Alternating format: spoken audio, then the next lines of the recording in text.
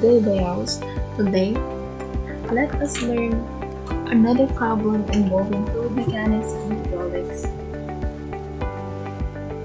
Chapter 4, Relative Equilibrium of Liquids. In relative equilibrium of liquids, we have the rectilinear motion, inclined motion.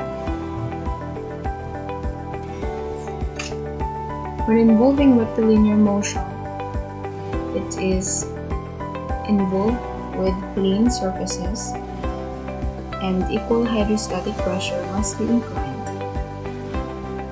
At inclined motion, consider a mass of fluid being accelerated upwards at an inclination alpha with the horizontal, so that alpha sub x is equivalent to the acceleration of cosine alpha, and acceleration y is equivalent to the acceleration sine alpha.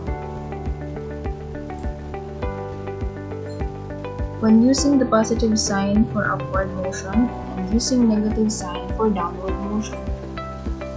To deeply understand rectilinear motion involving inclined planes, we have a problem. A vessel carrying oil is moving at 1.25 meter per square second on a plane that is 23 degrees inclined with respect to the horizontal. We are tasked to identify the angle at which the oil surface looks upward and downward. Finding the inclination of the oil surface in upward motion and in downward motion. Let's solve.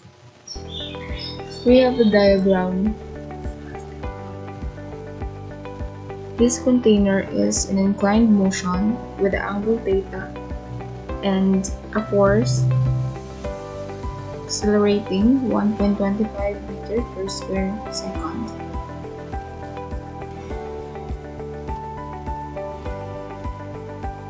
Solution. We're going to use this general equation. Tan theta is equivalent to the A sub h over the acceleration due to gravity positive negative A sub v.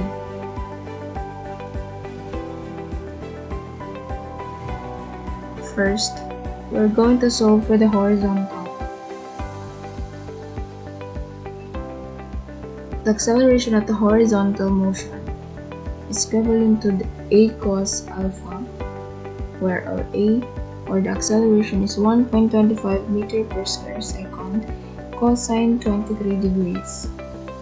We now obtain a horizontal acceleration of 1.51 meter per square second.